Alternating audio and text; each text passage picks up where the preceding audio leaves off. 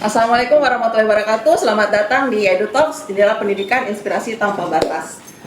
Hari ini kita kedatangan narasumber yang sangat luar biasa, Pak Anwar Hafid. Tepuk tangan teman-teman. Selamat datang Pak di tempat kita yang sederhana. Perkenalkan saya Lilis Pak. Kebetulan saya sekarang bertugas menjadi CS di Berani Cerdas kemarin tempat Bapak.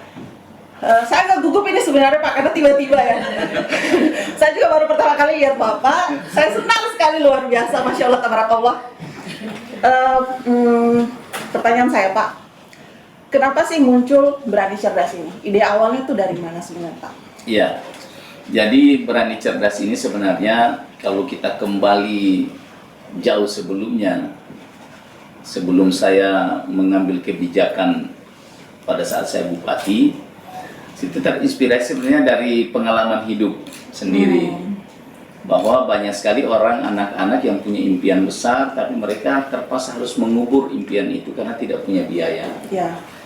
Kalau biaya yang paling susah orang tua itulah biaya SPP, ya, uang kuliah. Kalau biaya makan, kemudian biaya tinggal, biasanya anak yang kuat, yang memang cita-citanya besar itu, dia bisa atasi itu. Ya. Tapi ketika bicara soal uang kuliah, maka dia biasa akan drop dan dia akan langsung mengubur cita-citanya. Nah, itu saya alami. Bagaimana orang tua saya dulu susah untuk bisa menyekolahkan saya, kemudian karena keterbatasan lah kira-kira begitu. Nah, sehingga waktu saya bupati, ini cita-cita saya waktu saya masih kuliah merasakan penderitaan hidup itu. Ya, saya bupati, saya bilang ini tidak boleh terjadi, harus ada kebijakan. Nah, kita buatlah itu. Nah, di Sulawesi Tengah saya juga melihat seperti itu. Banyak sekali tamatan SMA itu di Sulawesi Tengah tidak seimbang dengan jumlah yang masuk di perguruan tinggi. Berarti ada yang miss ini. Ada masalah kenapa banyak orang tidak mau kuliah. Nah, salah satu penyebabnya itu karena mereka tidak memiliki kemampuan orang tuanya. Padahal banyak cerdas-cerdas. Nah, kita coba buka. Ketika saya jadi gubernur, maka ini menjadi program pertama kita bersama Ibu Reni, itu Berani Cerdas. Kira-kira begitu latar belakang lahirnya Berani Cerdas ini. Kalau saya boleh tanya sedikit ya Pak ya.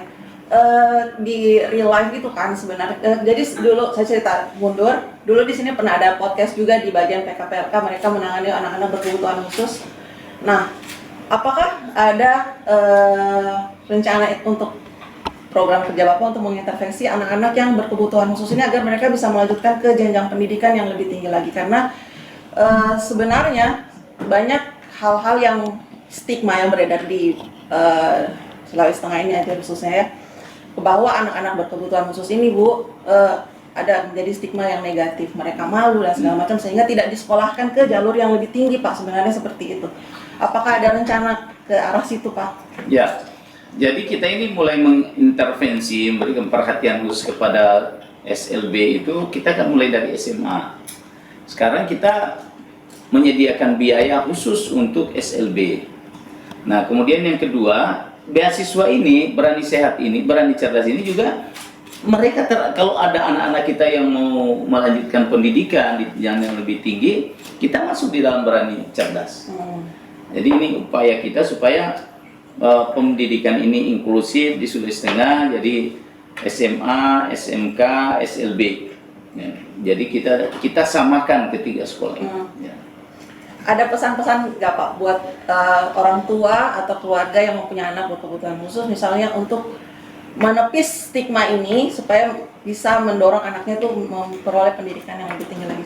Iya, jadi saya berharap kepada orang tua yang kebetulan memiliki anak yang memiliki anak berkebutuhan khusus. Saya menghimbau supaya jangan putus asa. Pemerintah menyiapkan tempat, menyiapkan fasilitas selebar-lebarnya, sebesar-besarnya untuk mereka bisa berkreasi sesuai dengan kebutuhannya. Khususnya pemerintah Provinsi Sulawesi Tengah, kita memberikan prioritas khusus SLB yang ada di Sulawesi Tengah. Kita menyediakan satu dari kebijakan anggaran kita sediakan. Kemudian juga saya sudah minta kepada kepala dinas untuk melihat kebutuhan apa yang dibutuhkan di sekolah-sekolah itu. Nah, yang ketiga kita nanti juga akan membuka kerjasama dengan sekolah-sekolah tingkat lanjutan SMA, SMK itu. Sehingga anak-anak kita ini yang orang tuanya bersedia untuk melanjutkan pendidikan, itu tidak akan menjadi kesulitan. Karena saya melihat di Indonesia ini, banyak sekali anak-anak berkebutuhan khusus itu, mereka justru punya prestasi. Nah, kita mungkin ini harus kita rubah ini, baik pemerintah maupun masyarakat harus merubah image ini bahwa dengan keterbatasan mereka itu, mereka juga punya jalan, punya ruang untuk bisa berkreasi dan bisa berguna bagi bangsa dan negara. Betul sekali. Saya masih gugup. Kita kembali ke Berani Cerdas ini ya Pak ya. Apa pesan Bapak untuk para aplikan yang sudah mendaftar atau baru mau mendaftar tapi terkendala dengan masalah-masalah administratif? Ya, yang pertama bahwa pemerintah daerah ini sudah punya niat besar membuka ruang bagi siapapun yang mau kuliah di Sulawesi Tengah ini dengan 2 syarat. Yang pertama, mereka yang tidak mampu dibuktikan dengan surat keterangan kepala desa. Itu yang pertama, atau lurah. Jadi mohon teman-teman yang sudah kuliah, para orang tua untuk mendorong ini. Jangan sia-siakan kesempatan ini, karena ini kesempatan yang sangat bagus buat membantu orang tua menyekolahkan anak-anak kita di bangku perguruan tinggi. Yang kedua, sekalipun dia anak pegawai negeri atau anak TNI, Polri dan sebagainya, tapi memiliki prestasi akademik. Nah, ini kita sudah menetapkan prestasi akademik itu dinilai dari IPK 3,0 ke atas. Nah, jadi silakan kalau ada yang sudah kuliah dan punya IPK seperti itu, segera daftarkan diri di Dinas Pendidikan Provinsi Sulawesi Tengah. Nah, kemudian yang ketiga juga bagi yang S2, S3. Nah, ini kita menerapkan sistem karena kita menyekolahkan S2, S3 itu sesuai dengan kebutuhan daerah. Kita butuh guru, kita butuh dokter kesehatan yang berprestasi, kemudian kita butuh misalnya tenaga pertanian, tenaga perikanan, teknokrat misalnya. Ya, apalagi daerah kita daerah pertambangan, kita butuh teknokrat ke depan. Nah, oleh karena itu ini kita buat syarat IPK-nya, IPK itu 3,5 ke atas, maka mereka akan berhak siapapun dia. Orang mampu, tidak mampu, tapi IPK-nya 3,5, kita akan dorong untuk bisa melanjutkan pendidikan di S2 ataupun S3. Oke Pak, saya rasa cukup untuk episode podcast kita hari ini. Terima kasih Bapak Gubernur kita, the one and only Pak Anwar Hafid. Tepuk tangan teman-teman. Jumpa kembali di episode podcast berikutnya, Editor Jendela Pendidikan Inspirasi Tanpa Batas. Assalamualaikum warahmatullahi wabarakatuh. Luar biasa punya host.